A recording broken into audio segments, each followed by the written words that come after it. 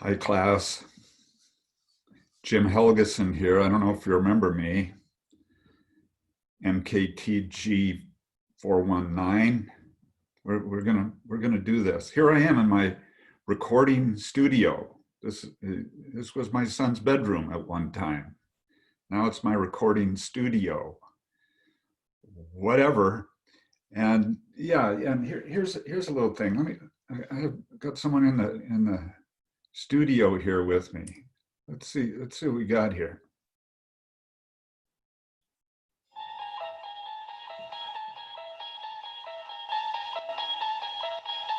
You unlock this door with the key of imagination. Beyond it is another dimension. A dimension of sound. A dimension of sight. A dimension of mind. You're moving into a land of both shadow and substance, of things and ideas. You've just crossed over into the Twilight Zone. Yeah. I don't know if you think about that. I think that's what happened. Here we are. I mean, this isn't real. This is the Twilight Zone, and it's all. Whoa! What the heck? Hold. No more. That's okay. All right. Yeah, we'll wake up and find out that, oh yeah, it was just Rod Serling was just pulling a fast one on us, and everything will be just like it ever was, right? Of course, the Twilight Zone, there was always this little twist at the end. Okay, anyway, I may be watching a lot of that when I was a younger person. Says something about the person that I am today, maybe. Okay, so here we are, and here's my high-tech display board, and we're zooming away, and I got my notes here kind of over my shoulder, so if I don't look at you, I'm looking at my notes here, and there you are in your pajamas. Those are pretty swell pajamas, and you can have your mom and dad sit and watch this if you'd like them to. There they'll be. Checking out a goofy college. I'll try to maintain my goofy levels, but a college prof doing this stuff online like he knows what he's doing. But all right, so I think this is going to work. I mean, I'm doing my side, going places I've never gone before, and maybe you've had more experience online than I have. But we're going to come together on this thing, make it work. Do my thing, you do your thing, and I'll all wrap up. I mean, I've sent you some emails. I'm up to 3. I'll send you another one when this is all over. It's a crummy deal when you're a graduating senior and the end of your grand finale semester gets cut off, changed up. Tell you to get out of town, go back home, stay with your parents, whatever else. So yeah, I'm just real sorry that that's the way it's worked out for you. But I'm going to try to give you what you signed up for in 419, and it's the capstone. And pretty much, I've sent you a schedule, pretty much doing what we planned on doing, except we're going to do it online. So here's what we've got. Let's see. Well, here, let me read this though to you. This was something that Father Oliva sent to us in the School of Business. I'm not sure what his position is. He's the School of Business priest. I'm not sure. So here's what he said. This is to us in the School of Business, and so I thought I'd share this with you. Kind of speaks to the time we're in. It seems to me that the main virtue we need in this time of the coronavirus is hope. Hope joins with joy and awe as we live out this difficult time. We're on a journey, a lifelong spiritual pilgrimage. In ancient times, making a pilgrimage was a way to prove one's faith and find answers to one's deepest questions. The ancients lived in anticipation of something more. In the Hebrew scriptures, they longed for an inbreaking of Yahweh, their name for God, into human history. And so they lived with an attitude of expectation and a spirit of watchfulness. We have the same longing in our spirit as our ancestors had. It's not a gene, as some scientists claim, but as Blaise Pascal expressed it, a God-sized hole in our heart. or as Augustine of Hippo so eloquently put it, our hearts are made for thee and will not rest until they rest in thee. What I've come to realize is that our longing for God is only half the equation. Perhaps it was written most clearly by the evangelist John. Quote, God so loved the world that in the fullness of time he gave his only son, that whoever believes in him may not die, but may have eternal life. John 3:16. Could it be that this quote, seen on placards behind baseball home plates and in basketball arenas and at hockey matches, signifies quite simply and yet quite profoundly that God longs for us as well?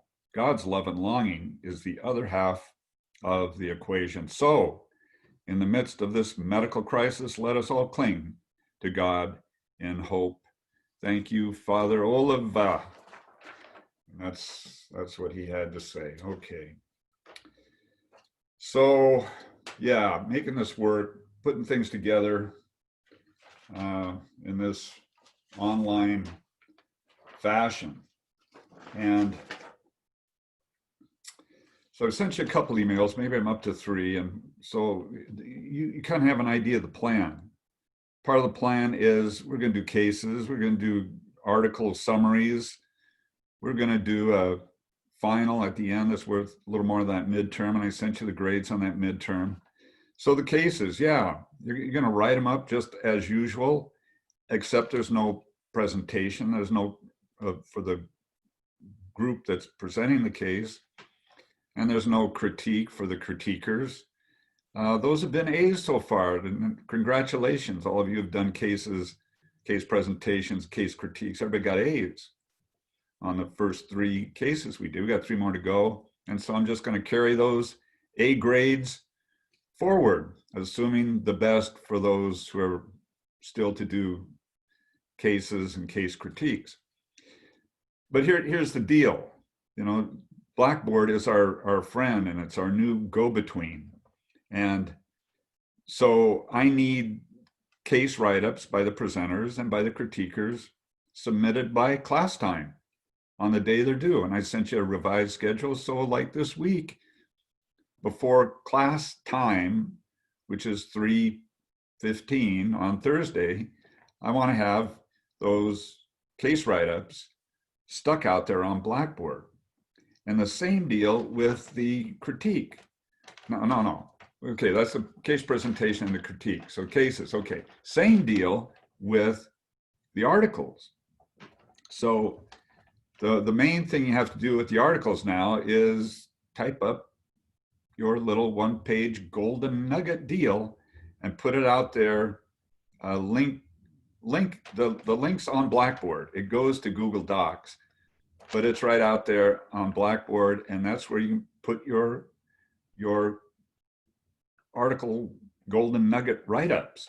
Also, now that I'm thinking about it, I'd like the folks who do the case analysis to put their executive summaries out there. So this is a place everybody can go out there, everybody can mess around. I already messed around, post up a couple of pictures. Be careful out there, because other people might want to see what's there, okay? So article golden nuggets, go out there before 3 on the day they're due. Course, cases get turned in out there at, on Thursday before 3:15, whatever, on the day they're due. But also, folks who do the cases, would you put a critique? No, would you put, God, okay, hang on. Would you put your executive summary out there, post it up at the Google Doc link? So here's what you see. Sitting here in this room, talking to myself. Okay, you go out to Blackboard. Now there's a new main place you need to find stuff, because what we had before, we had handouts and we had articles and we had cases. Now we've got something called content. And you go to content, and what do you see? Here's what you see. I think at the very top, you'll see videos like this wonderful production you're experiencing right here. Next down the list, you'll see a link for Google Docs. And it just links it up, and you can put those executive summaries and article golden nuggets out there for all to see, okay? And then after that, so under content, you got videos, you got Google Docs, then you got case analysis, a Turnitin thing, a Turnitin link for case analysis, then a Turnitin thing for when you do that quantitative exercise. Remember that thing? It's still out there to be done sometime. Check the syllabus, the revised syllabus. And then there's a Turnitin spot for the value paper. That's still to be done, okay? And then there's going to be a final out there, electronically administered. Oh, yeah, okay. So if you have questions, connect with me. I mean, I know some of you got, well, one of you so far saw some of that stuff out there, maybe two of you, okay, or up to two. And so I know it's getting through. So if there are issues, back to both sides, we're going both ways on this deal, let me know so I can shape up, okay? So, and okay, so new schedule, couple emails, contact me. You know my email address. I reminded you of my home phone number if you need to have a little chat. You miss me. No, okay, don't be smart. Just if you're more comfortable with the phone, do it. Call it up. Might not answer it the first time you try to come through because I might not know who you are, or screen it out, or I might not be here, but we'll get connected. And then these videos I'm doing, I'm just going to do chunks and pieces. I mean, I'll tell you what applies to which days, I guess, but I'm not sure how long this will go on. This might be just one whole chunk for this week's class. I'll see what my stamina levels are up to, and how things fit together. I mean, I kind of looked it over a bit, but you never know until you start doing a live action here, video to action here. All right. So there we go. Check out those. There's some new stuff. I don't think that link to Google Docs, I just said that would be separate, but no, it's right out there in Blackboard too. So here's what's next. And I'll send you emails to remind you of some of this stuff too. Here's what's next. There were the faithful few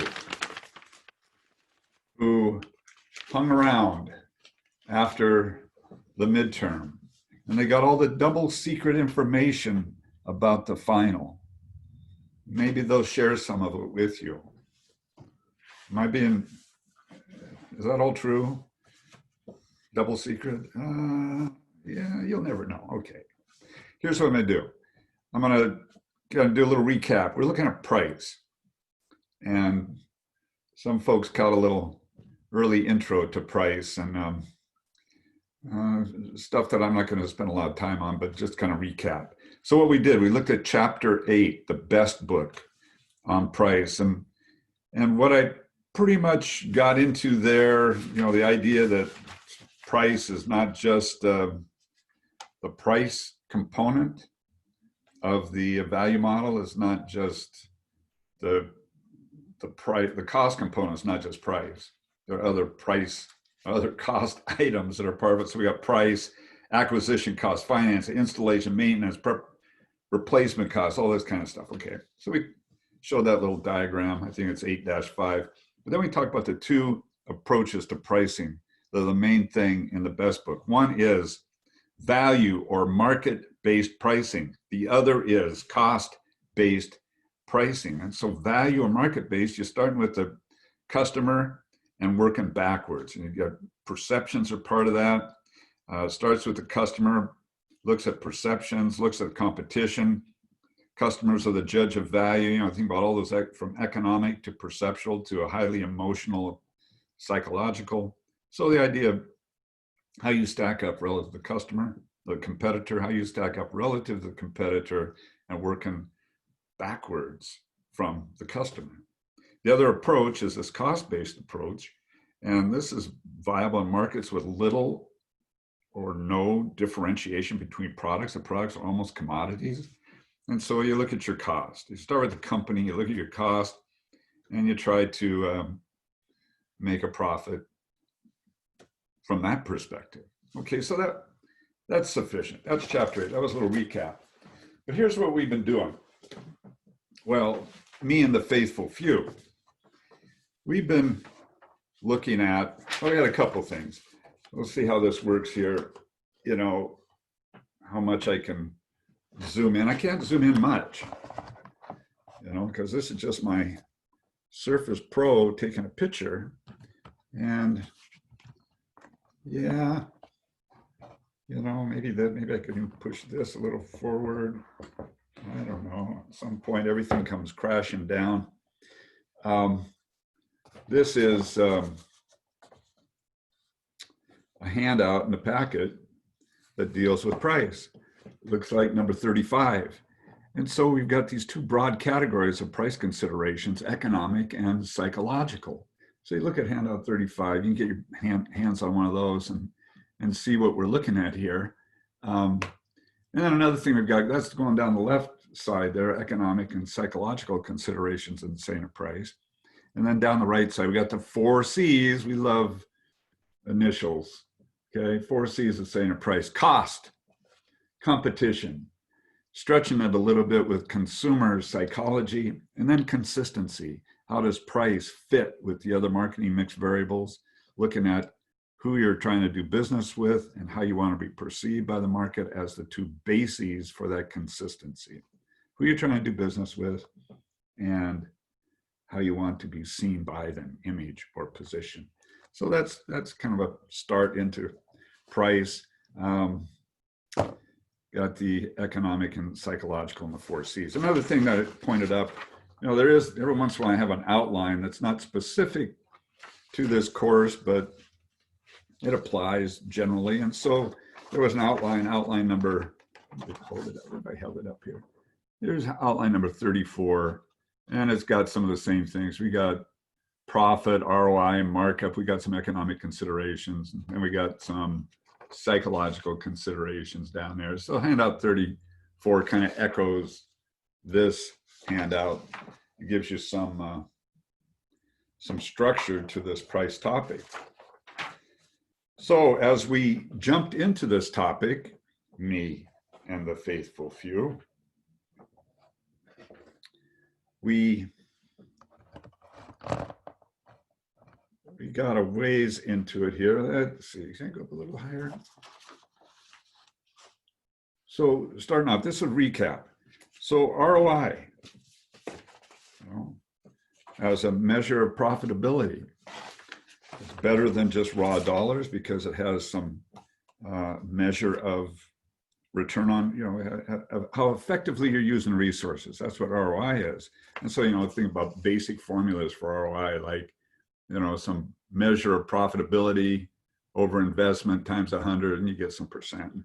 You know, you can compare that other place you put your money. So we had ROI. A step toward ROI was a little thing that was kind of double secret. Okay, let's see. Let me shuffle some stuff around here and oh, I just realized something. Yeah, maybe I'll stop when I get to what we've done so far and then come back to it. We talked about a step toward profitability is markup. Okay, but what should I say about that? Here's the deal. Check this out. The faithful few, after the midterm, hung around and we talked about 2 perspectives on markup. You might be able to search this. Maybe one of your pals that was there on, you know, after that midterm might share this with what they've got with you on this topic. There are 2 perspectives on markup. One is markup on retail or selling price. That's usually what retailers use. And another perspective on markup is markup on cost.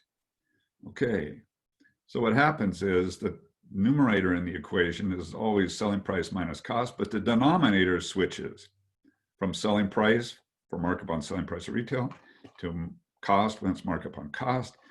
You get different answers depending on which.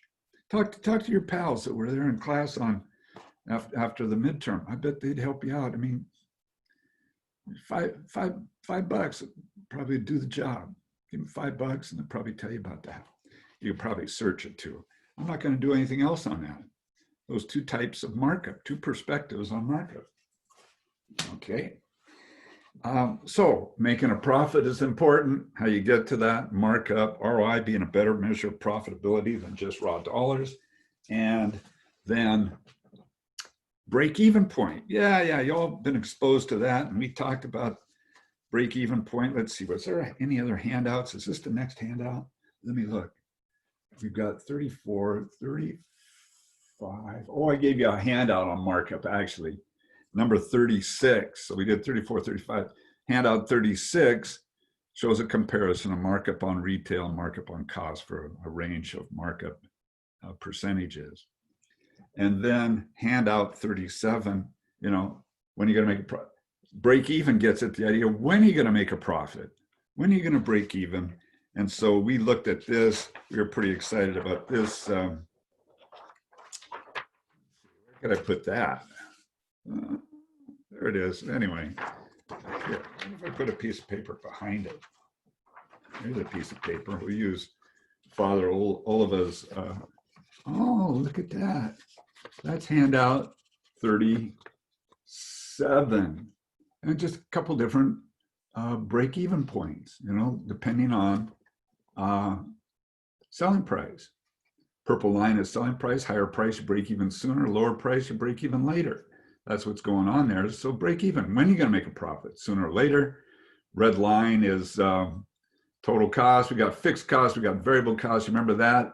And then we got this swell formula for break even point in unit. Fixed cost minus sales price per unit minus average. Okay, fixed cost divided by selling price per units minus average variable cost per unit, right? That's how you calculate break-even point in units. Fixed cost divided by selling price per unit minus average variable cost per unit. That denominator has a name.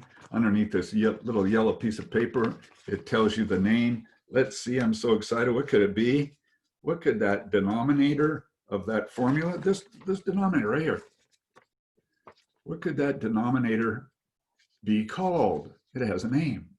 Selling price per unit minus average variable cost per unit is called the suspense is killing me. And you can probably read that. No, you can't read that. It looks like a big smudge. Contribution margin, get it? It's how much each unit you sell contributes to paying off your fixed cost. That's break even. You've done that someplace, sometime in the past. Fixed and variable costs, sum those up to total cost. Look at your total revenue. How do you calculate total revenue? Total revenue is price times quantity. How much you sell times the price. The quantity is sold times the price. Okay, well, that was all. I'm gonna give Father, I used the back of his write-up. Maybe I'll use that again. Then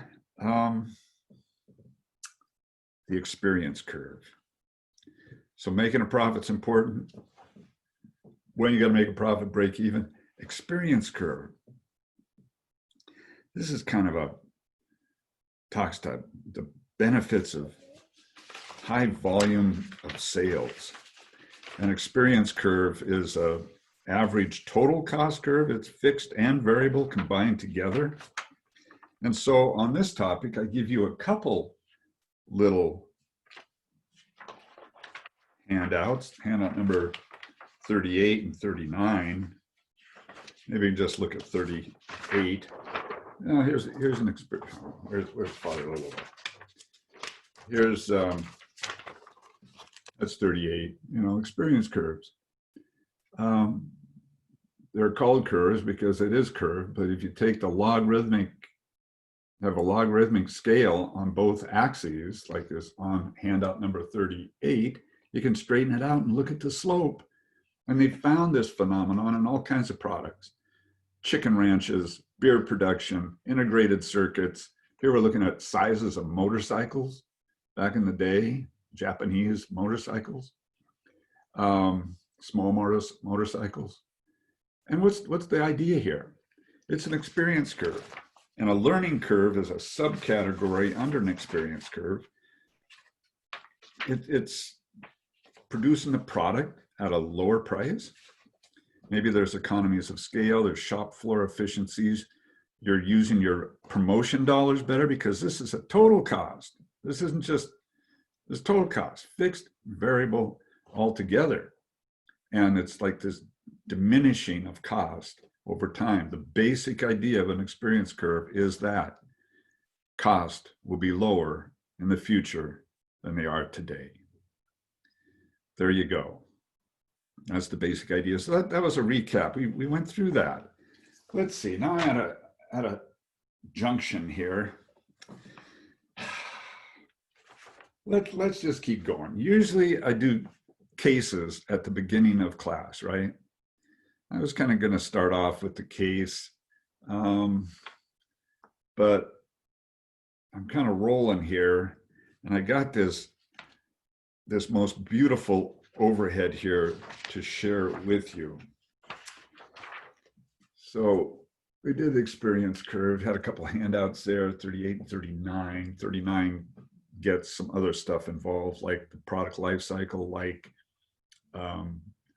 shakeout that might occur in an industry when it moves out to the maturity stage, and look at how pricing and cost move when you hit that point in the history of a product, that shakeout stage in a product life cycle. So that's the other experience curve handout. That's number 39. But here is, I show this to people. Was the last thing where, you know, they were begging me. I think that's what was happening. They're begging me to lecture some more. You know, they weren't real anxious to get off to spring break because they knew that there'd be a whole week. They weren't going to let it hear. Weren't going to get to hear me lecture.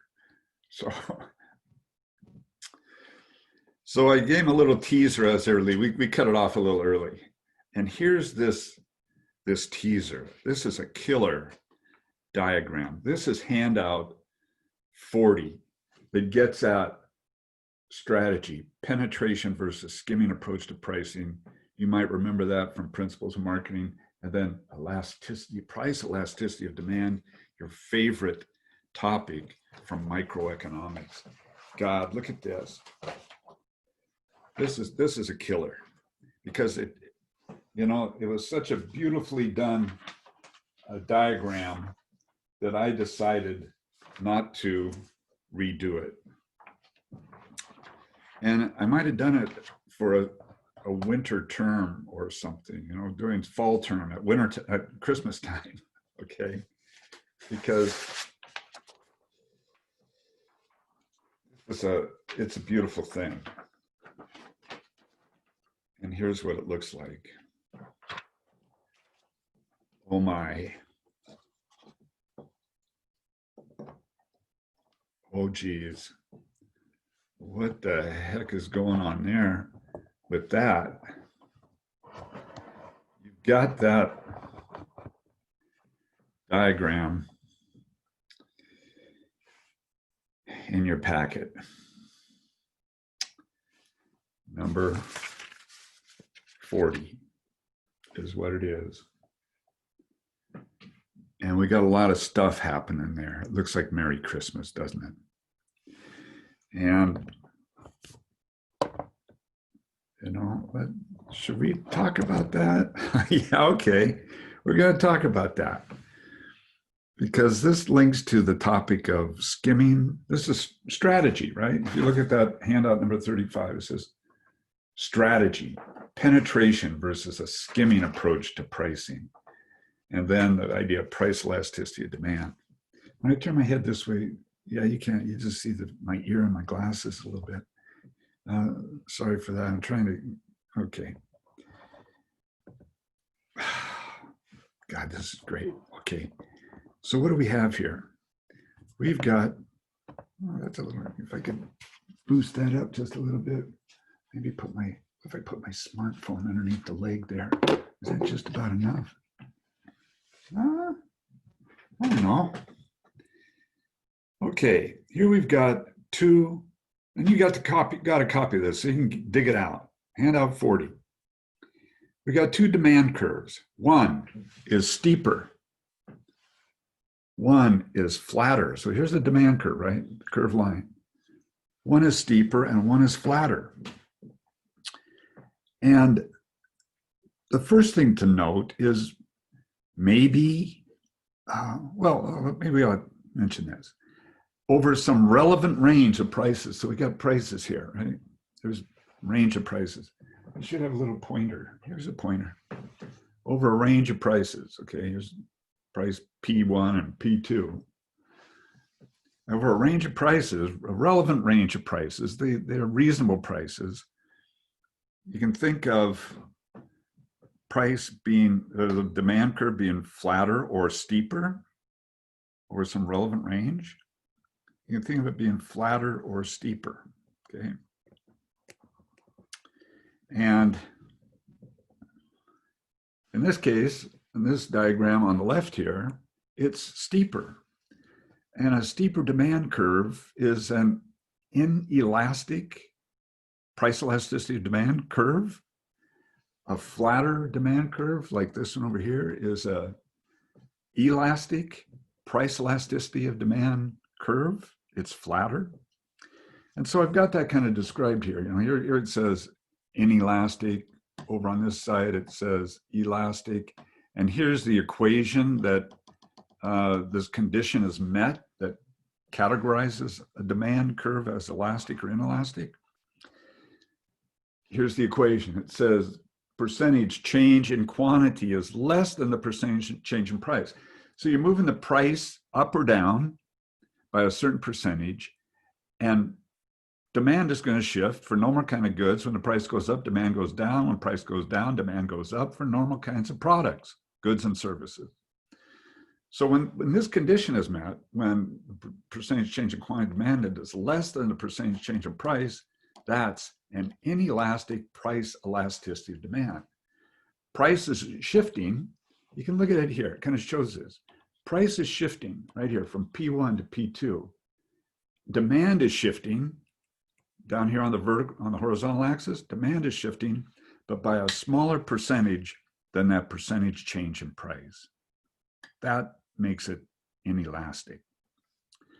Versus, here we have an elastic. I got it struck through for a reason. I'll talk about that later. Elastic price elasticity of demand. And here's the condition that needs to be met. The percentage change in quantity is greater than the percentage change in price. I'm going to change my price up or down by a certain percent.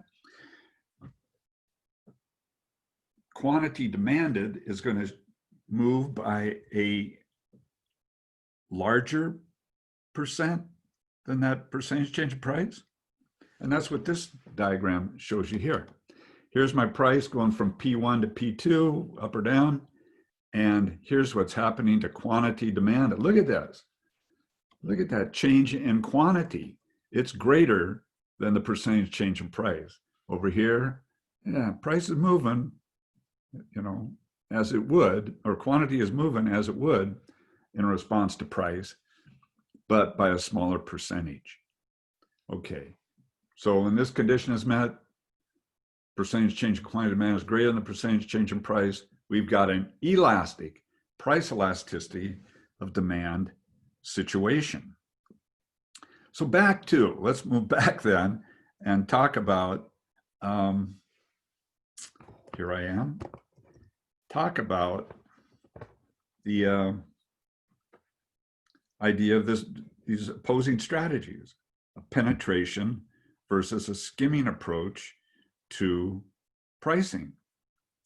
And those two approaches connect with the type of demand curve that you've got, whether it's elastic or inelastic. So if you check it out here, a skimming approach to pricing maybe applies earlier in the product life cycle, and it applies to an inelastic price elasticity demand situation, a steeper demand curve, meeting this formula condition here. Whereas, so a penetration approach, what's the idea? Or a skimming approach, skimming for an inelastic price elasticity demand situation. Skimming approach is setting a high price. The market, especially when you're entering a market, like the name comes from skimming the cream off the top of the market. There's a part of the market that will suffer with that high price, be glad to pay it because they want to be first on the block to own whatever it is you're peddling. And you can apply that skimming approach, recouping your investment early on, cashing in on your new product that you've developed early on. And that's a skimming approach. In an inelastic price elasticity demand situation, maybe it says here earlier in the product life cycle might apply more too. Versus the other strategic approach to pricing, the opposite approach is the penetration approach. And the idea here is that you're driving this wedge into the marketplace, like you're coming in at a price that might be a losing price up front, maybe not even breaking even, maybe losing. And if you go back to some diagrams we had for the experience curve, that's where the experience curve kind of links, because that's sometimes called a Japanese strategy for pricing. Coming in at a tight price, maybe not even break even price, and anticipating the effect of the experience curve. The costs are going to be lower in the future than they are today. You build up this consumer franchise, this following, and cash in on it later on, long-term kind of perspective. So penetration approach, setting a low price, losing price maybe even, driving a wedge into the marketplace, getting all this business coming your way, customers coming your way, and they're spreading the word about the quality of your product, and demand is just going to keep shooting up. Penetration approach, maybe later in the product life cycle. That's what that scribble says, maybe later in the product life cycle. Depends. I mean, the examples I've used kind of really early in the product life cycle kind of examples, but so let's see. We've got, and let's think about this too. I mentioned those two approaches to pricing that are in the best book, and the skimming approach is more value or market-based kind of approach, if you want to think about it that way. Value or market-based, starting with the customer and working backwards, kind of thinking about it that way. What will the customer pay for the value you're presenting? Maybe a component of value could be being the first to have that product and it's worth something to them. So skimming, maybe more value or market-based. Penetration, it's more cost-based. Back when you think about the experience curve and average total cost curve, costs are going to be lower in the future than today. Okay, so that links up there. Let's see, what else do we have going on here? Well, one of the main points of this whole thing, when you think about, now we moved from, okay, we've done a package deal. We've looked at strategy, penetration versus skimming. And now we've also slipped into price elasticity of demand, okay? That other economic consideration. And so out of microeconomics, and the punchline, when you think about price elasticity of demand, is the impact on total revenue. And up here it says total revenue equals price times selling price times quantity, back to that break-even curve. Total revenue, price times quantity. If you want to increase total revenue, and you have an idea that your price elasticity of demand is inelastic, what would you do? Well, here's the little formula here. Here's what's going to happen. Price goes up. Quantity, if you want to have more total revenue, what would you do? Price goes up, quantity goes down by a smaller percentage than the increase in price. Total revenue equals price times quantity. Total revenue is going to go up. So if you have an idea your market is inelastic, you want more total revenue, you raise your price. Quantity demand will drop off, but not by enough to offset that increase in price, and you end up with more total revenue, straight up out of economics. However, if you have an idea that your demand curve is elastic and you want to end up with more total revenue, what are you going to do? This is the counterintuitive part of this thing. You want more total revenue, you're going to lower your price? What the heck? Does that really work? Well, yeah, it works, because you're going to lower your price. And look at this movement here. Here I've increased my price. Let's see, move it over there a little bit. Here I've increased my price. Demand dropped off, but by a smaller percentage than an increase in price. Here, I've lowered my price and demand jumps. Okay, demand jumps. That's what's going on here. I lower my price, P1, P2 again, and demand is just jumping. The market is sensitive. It's elastic. It has an elastic response to price changes. And I can lower my price. Quantity demand is going to jump. Multiplied price times quantity, I end up with more total revenue with a lower price. And I just said the magic word of what I was doing up here when I struck through the word elastic. To think about this economic concept more intuitively, strike the word elastic and stick in the word sensitive. Okay? Strike the word elastic. And so strike the word elastic here and stick in sensitive. The market is insensitive to price changes. It's insensitive. I increase the price and end up with more total revenue. It's not sensitive. It's insensitive to price changes. Versus elastic. Strike the word elastic and stick the word sensitive in. And what have you got? You got the market jumping when I change the price. If I drop my price, demand's going to jump because the market's pretty sensitive. It's sensitive to price changes. Okay. So I certainly hope you don't have any questions on that, because how am I going to respond to it? Well, you could send me an email, I suppose, but I don't know if I could make another video. Of course, you could play this back again and catch stuff, except when I screwed words up and had to straighten them out. But yeah, I straightened them out in the end. So what we've done here, we captured the last couple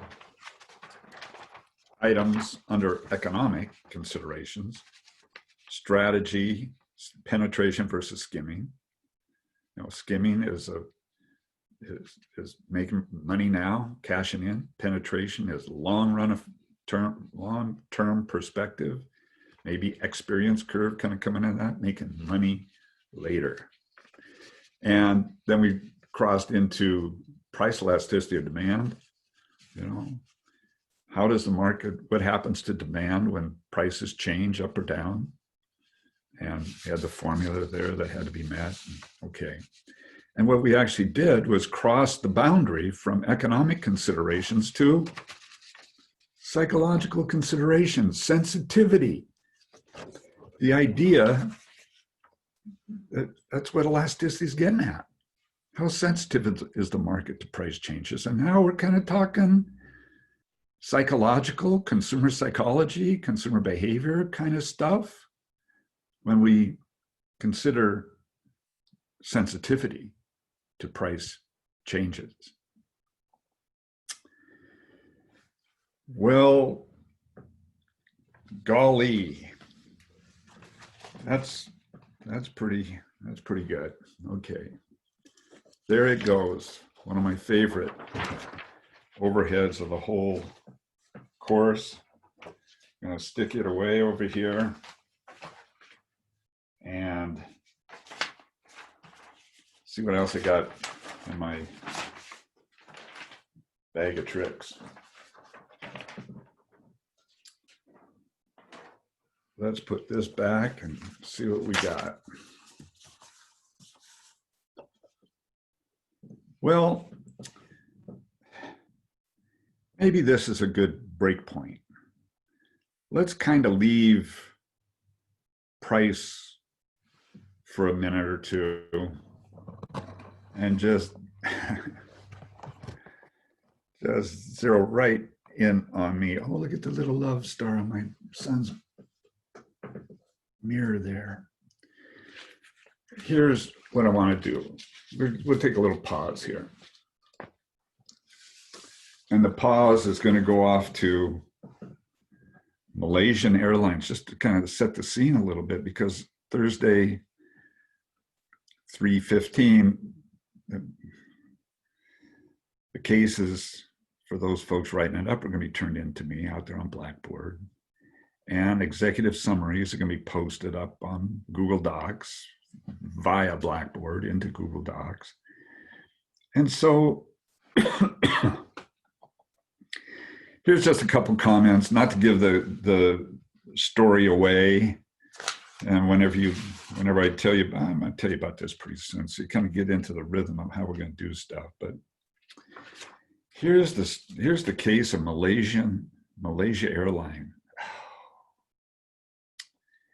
It's a sad tale.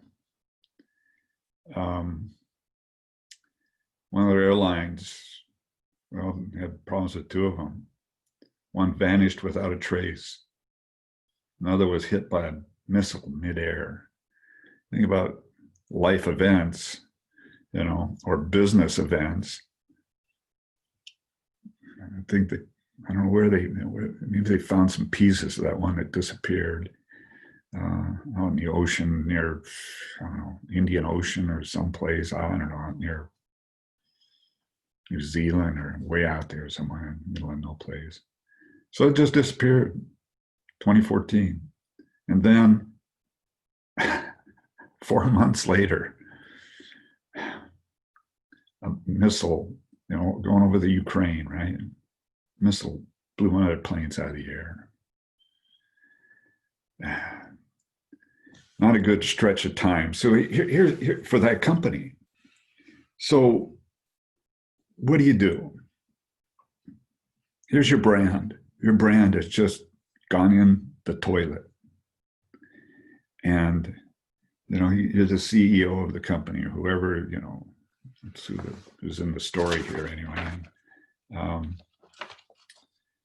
Yeah.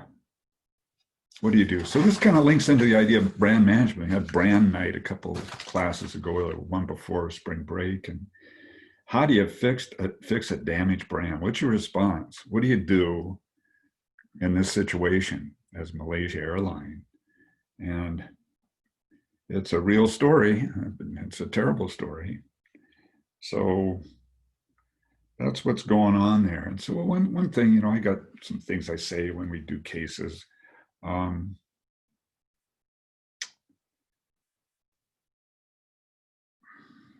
Here's a little side thing then. What do you do when you get negative publicity?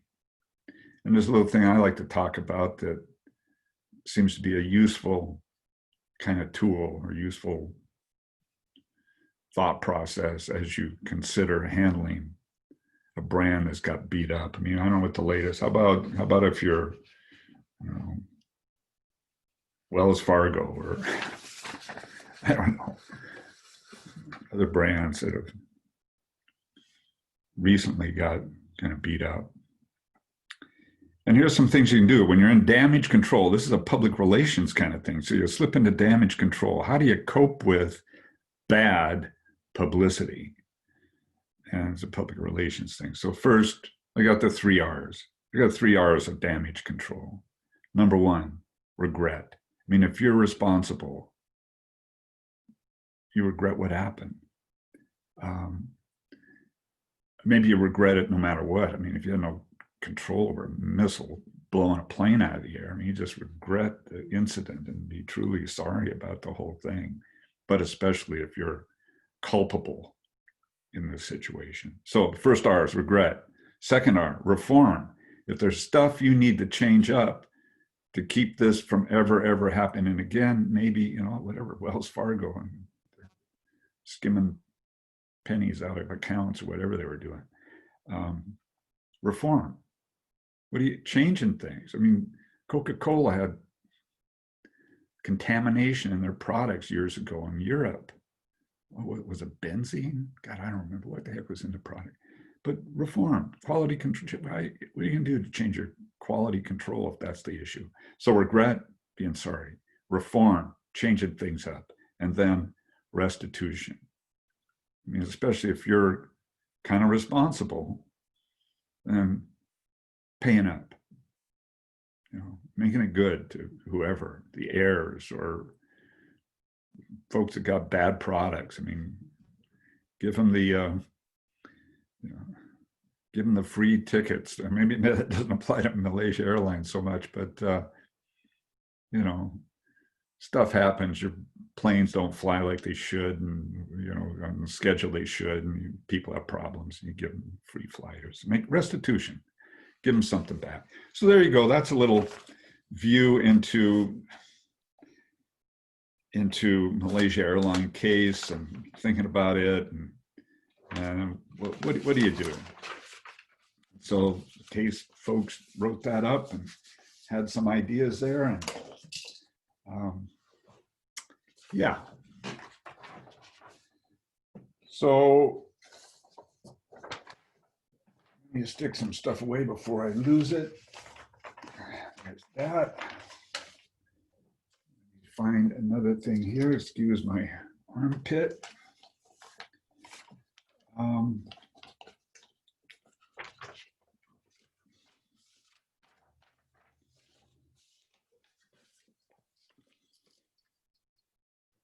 Maybe I'll save the articles for the end here someplace. I'm just kind of looking. I mean,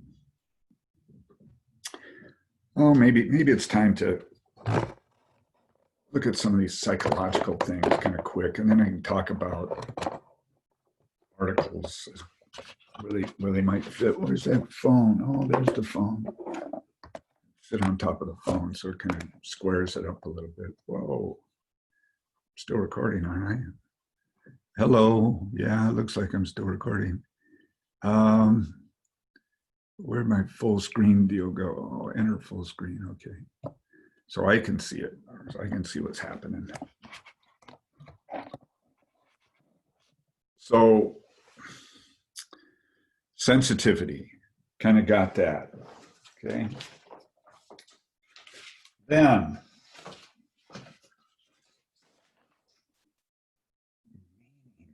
meaning of price. Okay. Is that the dumb question of the day? What does price mean? Oh, it means the dollars and cents I have to surrender to obtain the product. Well, yeah, it does that, but what else does price mean? It can mean a lot of things. One of the most typical meanings that's ascribed to price is the idea of cost. And maybe I showed you, no. Got the idea of cost. Yeah, that's right. That's not the most typical meaning ascribed to price. Yeah, a lot of times you think, oh, a higher priced item, it probably cost more to make it, didn't it? Who knows? Maybe not. But one of the more typical, price is used as a cue to quality. People look at price, besides thinking about cost. Oh yeah, a higher priced item probably costs more to make because it's so wonderful. But maybe more typically, higher priced item is looked at as higher quality, which is maybe a dubious assessment in itself. I don't know. This was a little thing. Can you see that? This was a little consumer report. I looked at vacuum cleaner data back in 2011, comparing their evaluation of products, just given a rating, objective rating supposedly, and the cost. And looking at regression on rating values had a negative correlation. You know, Consumer Reports does these objective tests. Negative correlation. What? What's that mean? The higher the price, the lower the quality. What? In their judgment, you know, they gave it a rating. You know, a certain number here of, you know, here's ratings on vacuum cleaners, a whole array of them here. And he looked at the price of the vacuum cleaners. Here's the price of the vacuum cleaners here, a whole array of them. Did a little correlation, and what do you get? A negative correlation, higher price, lower quality. Well, okay, so meaning people use price as a cue to stuff, especially quality and cost. But there's this whole psychological aspect. You know, it's under psych here. There it is. Meaning of price. What does price mean psychologically? And here, let's see if we can read this. This was the Fort in Denver, and they'd sell buffalo dinners. Yes. And other delicacies like bone marrow and marrow bones and hump and whatever. Okay. Of the buffalo. I don't know if you, okay, what's this say here? Okay, they sell all these parts of the buffalo, and you read there, sometimes it requires a little sales psychology. We first tried to sell buffalo tongue as an hors d'oeuvre at $1.75, because it's a little old article, and had no takers. So I priced it at $6.75, set a limit of 2 to a customer, and sold out every night. Okay, I mean, changed the price, raised it, put a restriction on it, and made it kind of a scarcity or something, and they couldn't, it sold out every night. Okay. Meaning, value. We're kind of about value. Here's a diagram kind of from the book. Think about value. How do you calculate value? I got it under psychological considerations because, you know, here's a little formula up at the top there. Value equals quality and quantity, okay? So the quality of the product, okay. And how do you judge the quality? Hey, maybe price is in the denominator and the numerator, because if price is used as a cue to quality, maybe it's up there in the numerator too. So value, it's kind of internally computed. That's why I put it under psychological. It's the idea of how much you're getting for your buck, bang for the buck, quality, quantity for the price I'm paying. And another way to think about it is back to our value model, benefits minus cost. And that's a little diagram from our book. You know, there we got economic value, you know, all those different costs, the price, maintenance, use, acquisition costs. We got some economic value, our product versus our competitors. And then we got some perceived value, back to those perceptions of benefits, perceptions of product benefits, perceptions of service benefits, brand benefits, and we got this perceived value. Okay, back to the idea, relative benefits, relative costs. All right, that's the idea of value, and we kind of do that in this class when we think about our value model, okay? But that's another consideration in setting a price. And some of the articles that we're going to look at in a bit get at value. So, yeah. And then another psychological thing, the idea of odd even pricing. What do people do with those odd prices? Do they round them up? Do they round them down? Do they drop them? Yeah, people played with that and done research on that just for fun. I guess the main thing that they've found that was kind of consistent is that odd prices looked like better deals. Okay, odd prices, you know, $1.99. Looks like you're getting a better deal than on even numbered price, because it's like they shaved the last penny off or something like that, you know. So odd prices versus even prices. So there are actually 3 handouts in your packet that kind of deal with odd and even pricing. And they're all for Glenfiddich single malt Scotch. I like to show this to people at Christmas, you know, when I teach the class in the fall. I've used this in a grad class too. I figured maybe they had a couple more bucks. I've been kind of waiting for my Glenfiddich single malt Scotch as a Christmas present for the old professor. What I got here is kind of a special one, though. If you look at handout number 41, 42, let's see, 41, 42, and 43. Yeah, let's just go to 43. There it is. 3,000 bucks. What do you get for 3,000 bucks? You get, okay, I'm trying to play with my camera here. You get a bottle, you get a fifth of booze for 3,000 bucks. What? Okay. Maybe it's not just a fifth of booze. I mean, maybe it's like 30-year-old single malt Scotch in a Edinburgh crystal goblet with a silver stag's head and a walnut case, velvet lined walnut case. Yeah, but $3,000, okay? But here's the deal. It's not $2,999.95, whatever, you know. Hey, if you're paying 3,000 bucks or okay, I have a sequence there. Nobody bought me one when it was 2,100. Nobody bought me one when it was 2,500. It's up to 3,000. I don't know what it's at today. I just kind of gave up. I gave him a chance when it was only 2,100 bucks for that fifth of booze.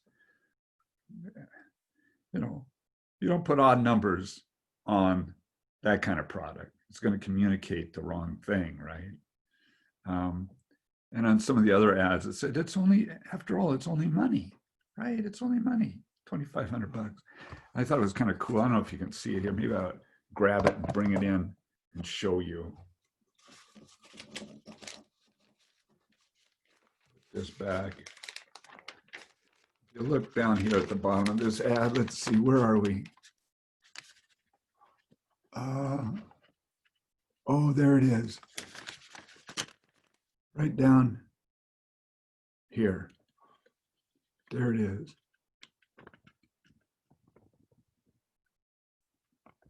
Call, collect.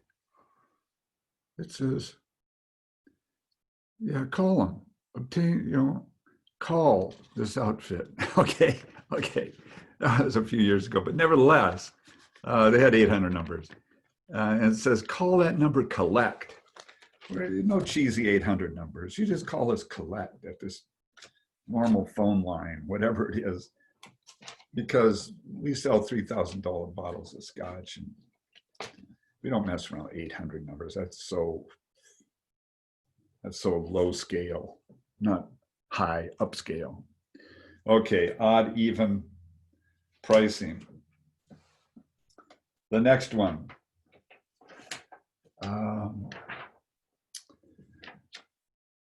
Prestige pricing.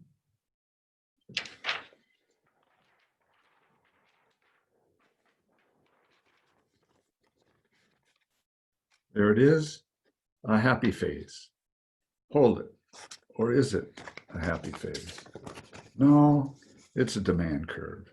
What's that about? This is like for prestige. That's a demand curve you might see for prestige products. And what's it say if a demand curve does something like that? Price goes down, demand goes up to a point, you know, that normal inverse relationship between price and quantity. But then price gets down far enough that demand drops off? What? Demand drops off. The price is too low For prestige products, you might see that happen. Price goes down too low and demand drops off. That's prestige product. So why do you think that might happen? Why would demand drop off at too low of a price? And it's for prestige products. So think Cartier, Louis Vuitton, Ferragamo, Gucci, Pucci, okay, those kind of products. Rolex, okay, all that kind of stuff. I say Ferragamo. Why would demand drop off? So prestige, the price can be too low. So here's a couple reasons. You know, if the price gets too low, then even I could buy it. Then it's not communicating what you want a prestige product to communicate. It's lost its cachet. Anybody can buy it. Some college prof could buy it. Okay, I mean, then it's not communicating what a prestige product's supposed to communicate.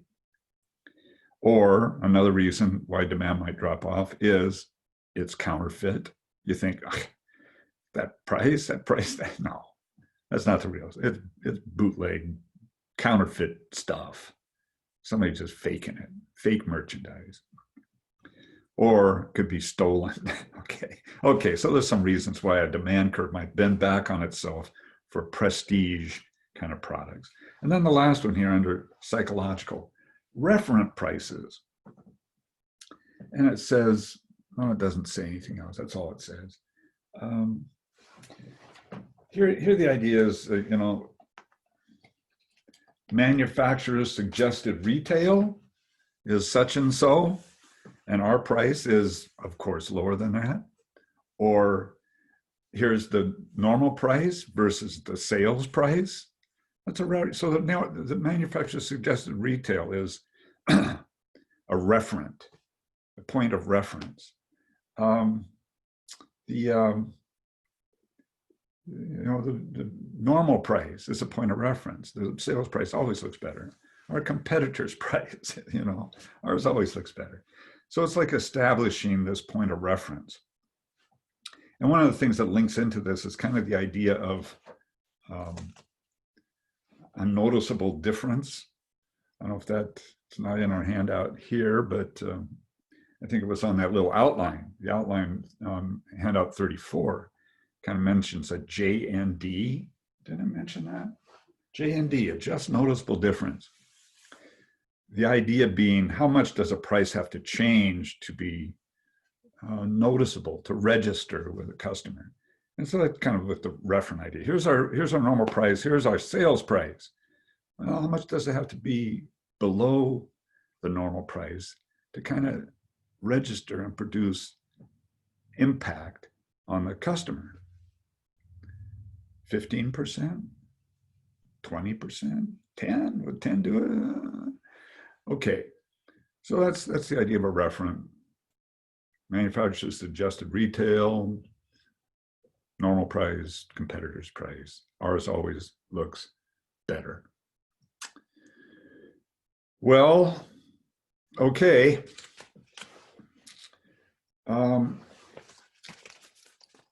Since I'm rolling here and I got things all set up, I'm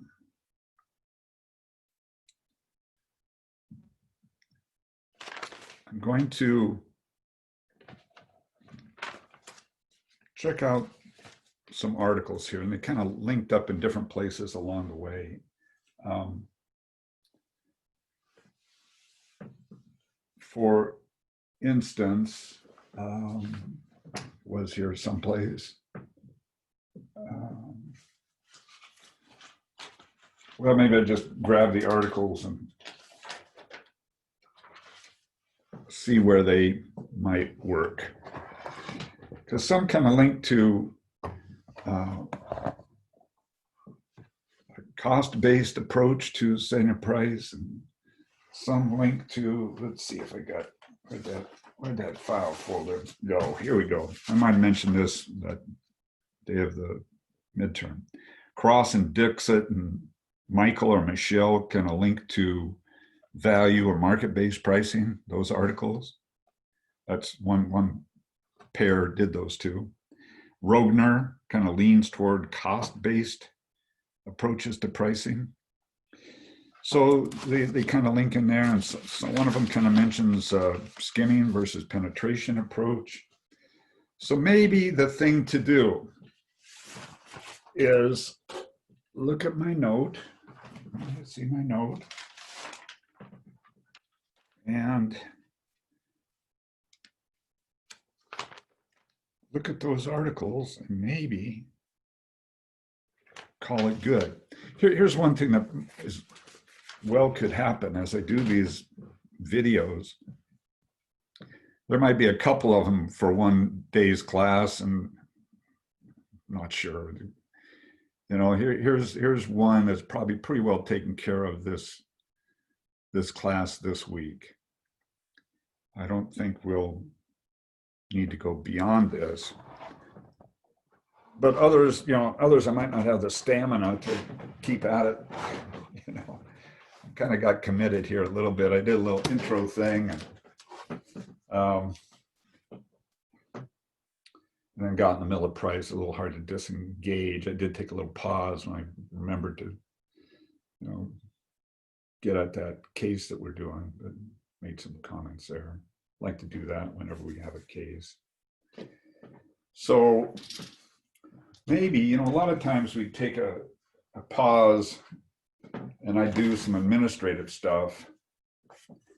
And so here's what I've got. I'll let you know what the administrative stuff is before we look at these articles. And so next week, this is April 2nd in the new schedule. It was March 26th on the old schedule. Here's the case: Santa Fe relocation. It's a case based in New Mexico. No, it's not. It's Hong Kong, actually. Amanda, you guys working this out, getting to communicate with each other. Amanda, Joe D, Jane. Okay, God, I can do it. I can read my own writing here. Jen and Katya are the presenters. So they do it as a team. Stick it out there on Blackboard for me by the time class meets, April 2nd. And then the critiquers, Sarah and Oscar, are a dynamic twosome. They're going to write it up, stick it out there on Blackboard for me. And then here's a triplet: Claire and Jake and Natalie, all three are writing it up also. So that's Santa Fe relocation. Then I've got a couple articles, and I only have one of them assigned, and I sent you an email. You got to do two in the end, and I got a record here. And if you get it out of the way, so you don't have to do everything in one night, that'd be kind of crummy. But April 2nd, Jackie is going to do the Levitt article. And I don't have anybody down for the Fry article. This is next week. I'm looking, and I've only tallied up through March 19th. So I guess, okay, I've tallied up through March 20, the revised schedule, March 26th. I've tallied up through that. Who's done articles? So I've tallied up through there. I'm going to call that the 26th. Okay. And so I'm kind of looking here. Anthony, maybe you're signed up for something, but I don't show, how about the Fry article? Anthony, Jade, what do you say? I see you're doing one down here a day or two. Why don't I have a date there? What the heck's that? There's no date. I've got to revise my schedule. It looks like after April 2nd, the next box does not have a date. That's April 9th. Yeah, okay, that's where it's supposed to say April 9th down here for chapter 10. Maybe you could correct that. Chapter 10 is on April 9th. That's when we do that's when the quantitative exercises do. Okay, Jade, I got you down there, but I'm just looking at the schedule. Brendan, Jake, Colleen, Maris, who's going to do the Fry, whatever, FREI article for next week, April 2nd? Somebody send me an email. Just step up. And then there's a bunch of blanks the weeks after those, articles that need folks, okay, on through the end of the term. Could you do that pretty quick so I can record that here? Okay. So there's the administrative stuff. And yes, note that April 9th, the box on the new schedule that doesn't have a date, that's the quantitative exercises due then. That's coming up. That's 2 weeks. Yeah. Okay. And questions, send me stuff. Okay. So let's just look at these articles kind of quick, and I'll just make a quick comment because your mates are going to have these out there at Google Docs for your edification and enlightenment. That's what the idea is. So Bertini and Gorville, Katya and Natalie, hot dog, they did that. And so, yeah, Bertini is a pretty well-known guy and doing price stuff. And so his first article here is pricing to create shared value. And it kind of relates to had some stories about the Olympics. Is that right? It's kind of in there a little bit. Stuff on the Olympics back in a few years ago. And some other things. But here's the idea, pricing to create shared value. You know, here, the way most companies make money is destructive because they use pricing to extract everything they can from a transaction with a customer. Kind of looking at the person as a wallet, okay? Today's customers are not passive price takers. They'll make swift responses to companies that they believe are taking advantage of them. So being a little more consumer oriented with your pricing, thinking about customers more than a walking wallet. So they have 5 principles, focusing on relationships. Loyal customers are much better than customers who engage only for the transaction. They're loyal to you because they like the way you do things, not just because of the price. And so it talks about being proactive. A lot of pricing is reactive. They're saying be on top of it. Know what you're doing with pricing. That's the second thing. Put a premium on flexibility. A single inflexible price limits shared value. So back to the idea, there's a lot about value in this thing. What's the customer getting? Think about price in that context. So relationships, be proactive, be flexible, be transparent. Firms that lack transparency look like they have something to hide. Okay. And then be fair. Companies need to understand influence the customer's perception of pricing fairness.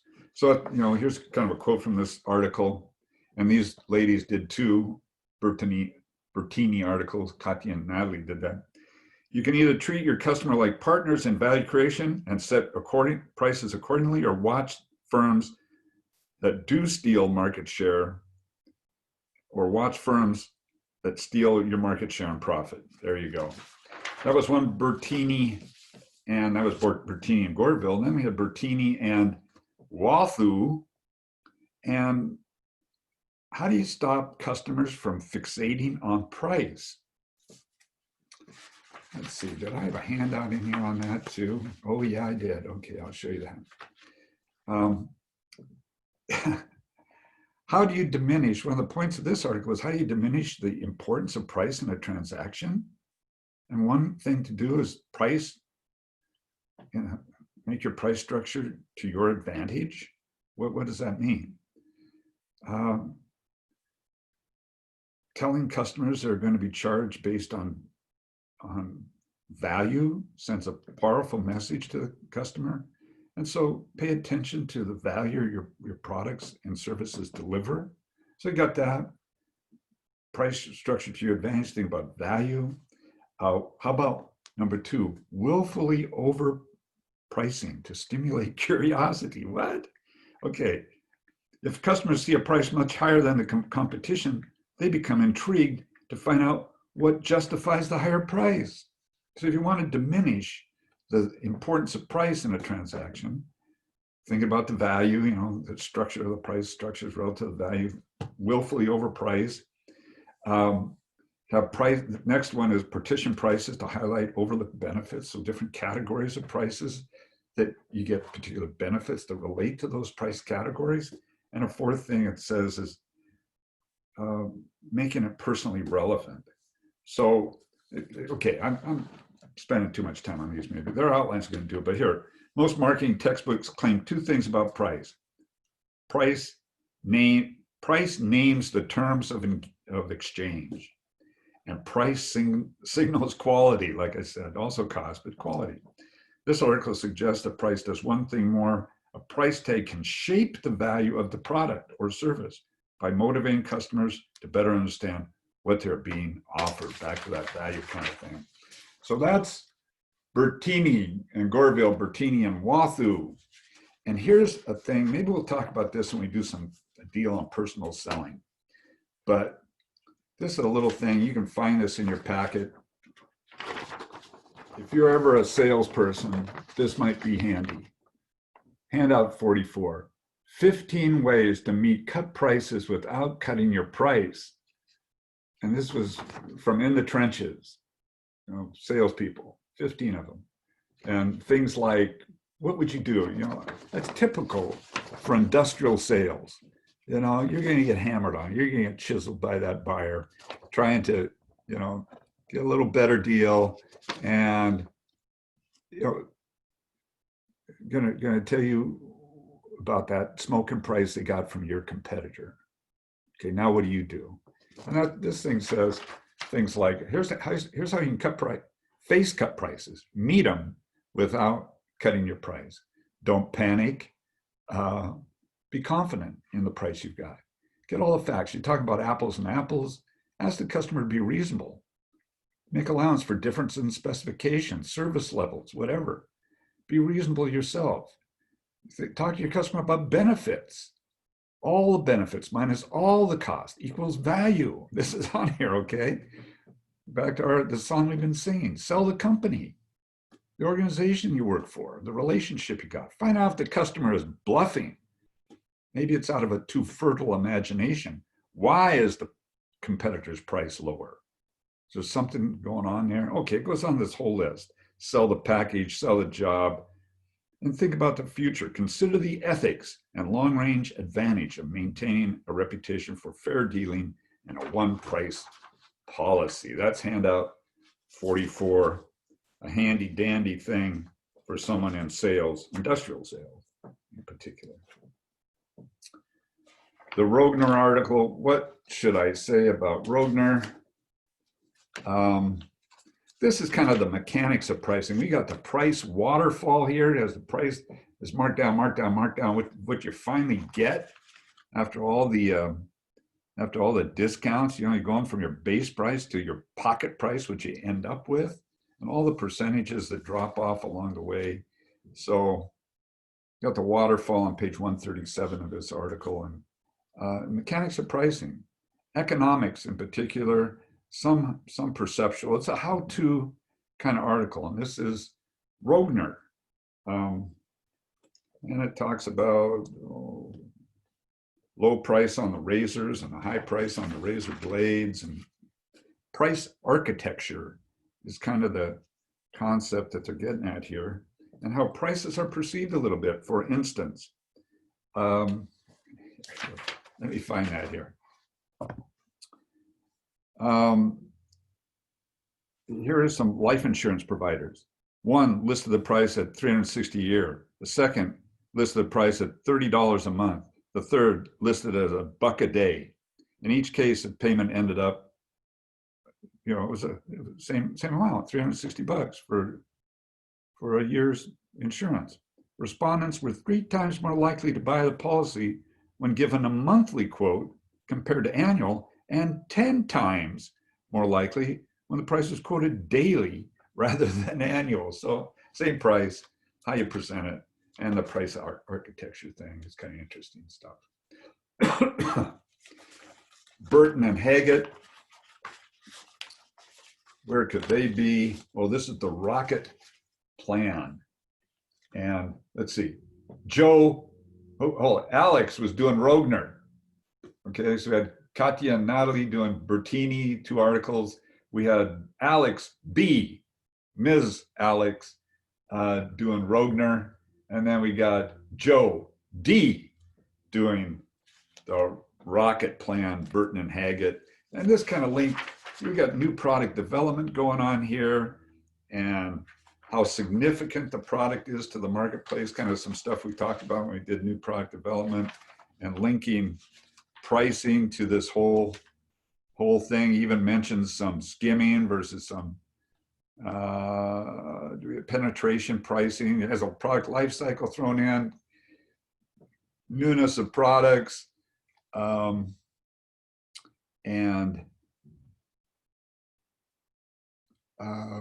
some pricing stuff, skim, penetrate. What else do I want to say?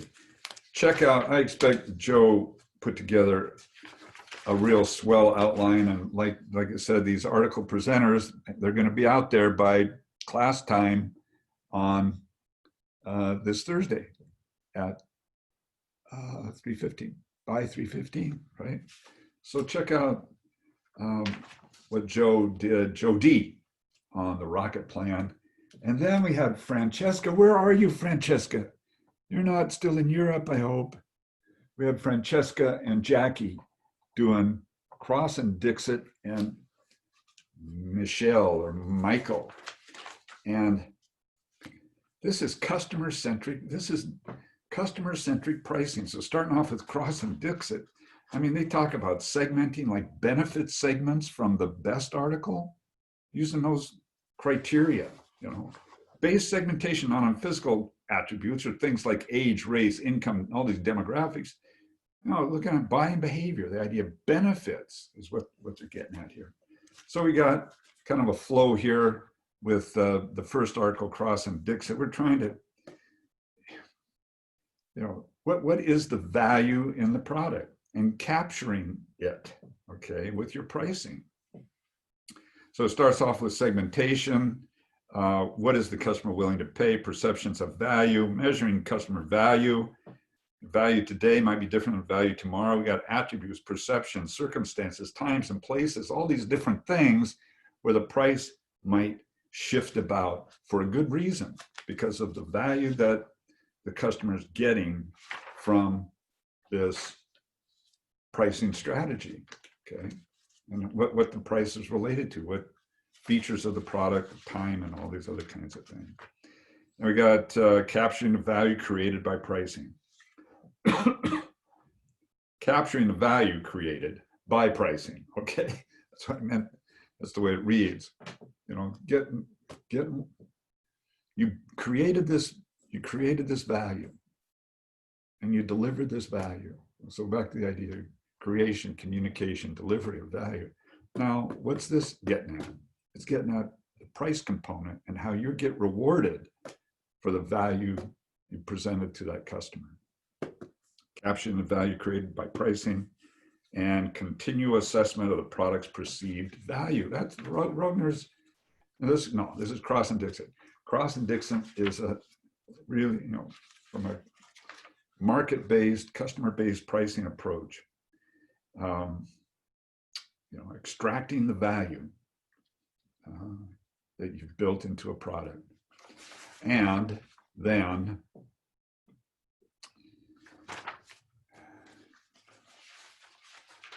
And then we've got Michelle or Michael.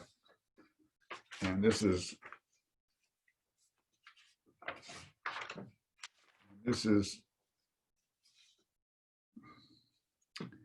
innovation isn't worth much if you don't get paid for it, right? And that's the article title. And it gets into some how-to kind of stuff. Gives you a diagram of innovation categories and innovation strategies for pricing, relative to pricing. So that's teamed up with Cross and Dixit because they're both getting at this idea of capturing the value you've created with the pricing structure you use. Geez, okay, so how long has this gone on? All right, so let me know if you have questions, stuff comes up. We're rolling forward. I'm gonna send you an email that says, hot dog, here's this video. Have maybe do it, maybe have your lunch with you because I don't know how long this, does it tell me how long it went on? God, I don't know. It will, I expect. Okay. So thank you. And we are going to make this all work, I expect. Oops, what happened there? Start video. I think I shut myself off. Okay, maybe you already did that. Okay, let me know if we have issues, need to work on some stuff, but otherwise, this is the way we're going to roll. I'm going to send you an email about this stuff. So thanks. It's going to happen. And again, crummy deal for seniors graduating. Okay. Bye-bye.